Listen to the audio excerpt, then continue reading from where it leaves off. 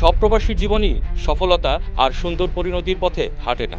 তবে কারো কারো প্রবাসে কাটানো জীবনের সব কষ্ট মুছে যায় স্বজনের ফোন কল আর মিষ্টি কথার মিষ্টি হাসিতে। আবার কারো কারো জীবন নিঃস্ব হয়ে যায় ইথার প্রেমের মিথ্যে মোহজালে আবদ্ধ হয়ে।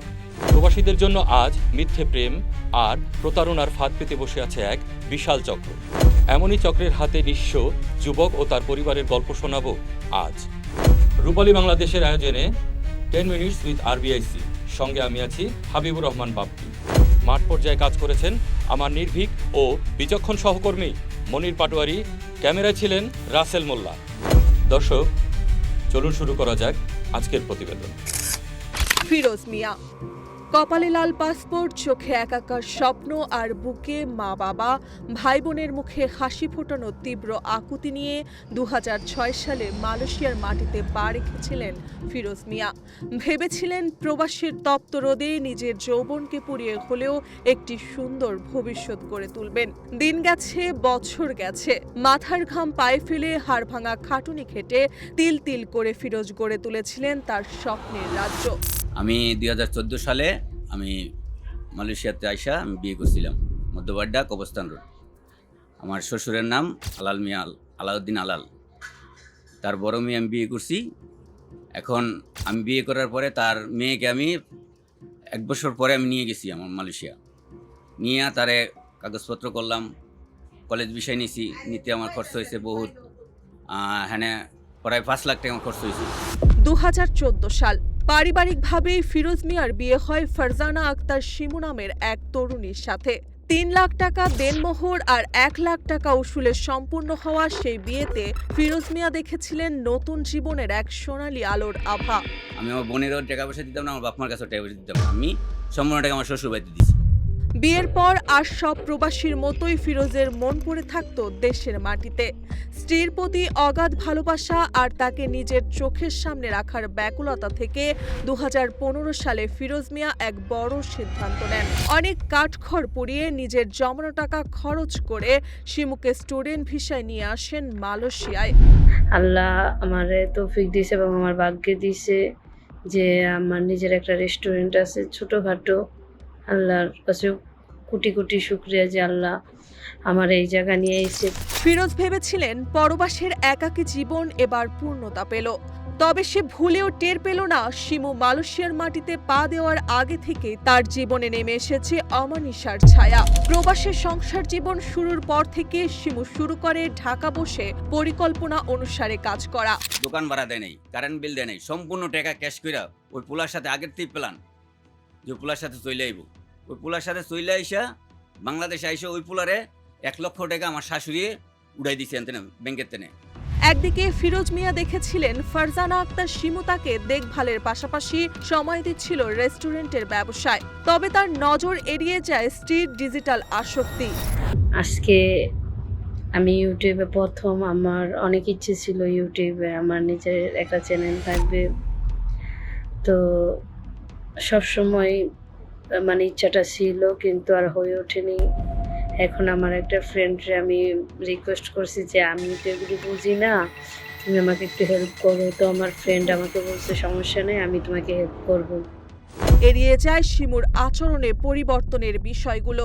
স্বামীর চাইতে মোবাইল ফোনেই শিমুর যেন আকর্ষণ বেশি। স্বামীর কষ্টের মূল্য আর ভালোবাসা ভুলে তিনি মেতে উঠেছিলেন এক ভিন্ন নেশায়।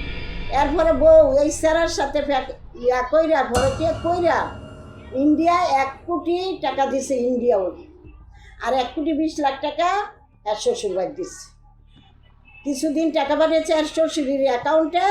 তারপরে দেখছে যে বিকাশে ভালো, বিকাশে অনেক টাকা দেয়, আর সব টাকা বিকাশে দিছে। এই বেরিয়ে স্যারের লগে ভরে গিয়ে কইরা এই সেরিয়ে আলা 1 কোটি টাকা দিছে ইন্ডিয়া বোম্বাইয়ের স্যারের কাছে। এনো বাড়িঘর করবো, ব্যবসা বাণিজ্য দিব, এনো জায়গাটা বিয়ে বিয়ে। ফাঁদে ফেলে নতুন এক যুবককে, নাম অভিষেক রণবীর। ভারতীয় বংশোদ্ভূত অভিষেক রণবীরের সাথে পরকীয়ায় জড়ানোর পাশাপাশি শিমু তার সাথে মিলে পাতেন এক ভয়ঙ্কর ও সুপরিকল্পিত নীল নকশা, যার টার্গেট ফিরোজ মিয়া। মূল লক্ষ্য ফিরোজের অর্থ সম্পদ। এমনই অভিযোগ করেন ভুক্তভোগীর পরিবার। ইন্ডিয়ান ছাড়ার লগে গেলাগা, ইন্ডিয়ান ছাড়ার বাংলাদেশ 200 টাকা দিছে, ওর সৎ মায় সব জানে। ইন্ডিয়াতে ওই বাড়ি করছে, কইছে ওই ইন্ডিয়াতে ওইখানে যাইবো গা, পরে ওই স্যারে আর নেয় নেই কা, নিলেও ঠিকই যাইতো গা, প্রস্তুতি নিয়েছিল ওই যাওয়ার লাগিয়া। পরিকল্পনা অনুসারে ভালোবাসা অভিনয় চরম রূপ ধারণ করে। ভালোবাসার আড়ালে শিমু বিভিন্ন সময় ভিন্ন ভিন্ন কৌশলে হাতিয়ে নেওয়া শুরু করে টাকা। দোকান থেকে টাকা নিছে আপনার ৪৯,০০০ রিঙ্গিত সব মিলে। ৪৯,০০০ রিঙ্গিত নিয়ে ওই ইন্ডিয়া পোলার সাথে যে রাত্রে বাসায় বেরিয়েছে, আর আমার সাথে আর কোনো যোগাযোগ করেনি, ফোন বন্ধ, ওইখান থেকে ফোন বন্ধ। সরল বিশ্বাসের বলি হতে থাকে ফিরোজ মিয়া। এক প্রবাসীর এই বিপুল পরিমাণ টাকা উপার্জনে কতটা রক্ত পানি করতে হয় তা কেবল একজন প্রবাসী জানেন। ইন্ডিয়া ছেলের নাম পিংস, ওর পাসপোর্ট আমার কাছে, ফটোকপি পাসপোর্ট সব কিছু আমার কাছে। আমি তারে দিছি ভিসা লাগাইতেছি, যেহেতু সে আমার ধরনের কর্মচারী। তো বইটা তো আমি ইমিগ্রেশন এখানে জমা আছে, ওই যদি ইমিগ্রেশন দিয়ে দেয় তখন সে আমি স্যারেরা দিতে পারবো। আর যদি আমার দোকানে পুলিশে ধরে তখন আমি না দেখবো, ওটা তো আমার ওয়াইফ বা আমার কেউ করার কিছু নেই। তা আমার ওয়াইফ ওই শিমু এটা নিয়ে আমার সাথে করছে ঝগড়া। রণবীর ও শিমুর পরকীয়ার কথা জানাজানি হওয়ার পর ঘর ছাড়েন রণবীরের হাত ধরে। ফিরোজ মিয়াকে সম্পূর্ণ নিঃস্ব, দেউলিয়া এবং দেনাগ্রস্ত করে কেড়ে নেয় তার জীবনের ২০ বছরের সব উপার্জন। তারা আমারে আমি কইলেই আমার কইছে আমি একটু জায়গা দেখতেছি, আর ১১টা দিকে আমি ওইখানে তোমার জায়গা লইয়ে দিব, তোমরা একটু কষ্ট করো। খোঁজ নিয়ে জানতে পারে তার স্ত্রী শিমু আক্তার এখন বাংলাদেশে। পরে রাত্রে ৬টার সময়, ভোর ৬টার সময় আমার শাশুড়ি আমারে ফোন দিছে। ফোন দিয়া কইতেছে যে শিমু বাংলাদেশে চলে আইছে, শিমু আর মালয়েশিয়া যাইব না।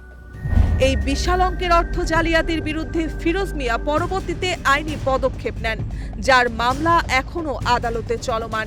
থানায় ঘুরলাম, কোনো জায়গায় তো বিচার তো পাইতেছি না। আমি কার কাছে যাবো বলেন?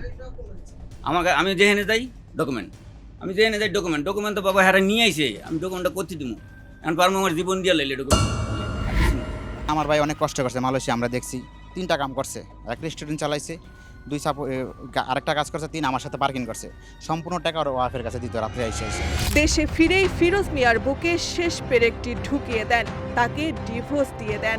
প্রতারণার এই শেকড় কেবল মালয়েশিয়ার মাটিতেই সীমাবদ্ধ ছিল না, তা সুদূর প্রসারী ছিল বাংলাদেশের মাটিতে শিমুর পরিবার অবধি। সব টাকা সে শ্বশুর বাড়ি পাঠাইছে। আমার জিয়ারে বিশ্বাস করে নাই, আমারে বিশ্বাস করে নাই, আমার ভাই বোনকে বিশ্বাস করে নাই। নিজের স্ত্রীর পাশাপাশি শ্বশুরকেও অন্ধের মতো বিশ্বাস করেছিলেন ফিরোজ। ফিরোজ মিয়া যেন মানুষটি নিজের পরিবারের কথা কখনোই শুনতেন না। শ্বশুর বাড়ির কথা, নিজের পরিশ্রমের সমস্ত অর্থই তার শ্বশুর বাড়িতে জমা রাখেন। শ্বশুর বাড়ির বিপদ আপদ সক্রিয়ভাবে নিজেকে প্রমাণ করতে জমি, সম্মান যখন সবকিছু লুটে নেওয়া হয়, তখন শিমু তার আসল রূপ ধারণ করেন।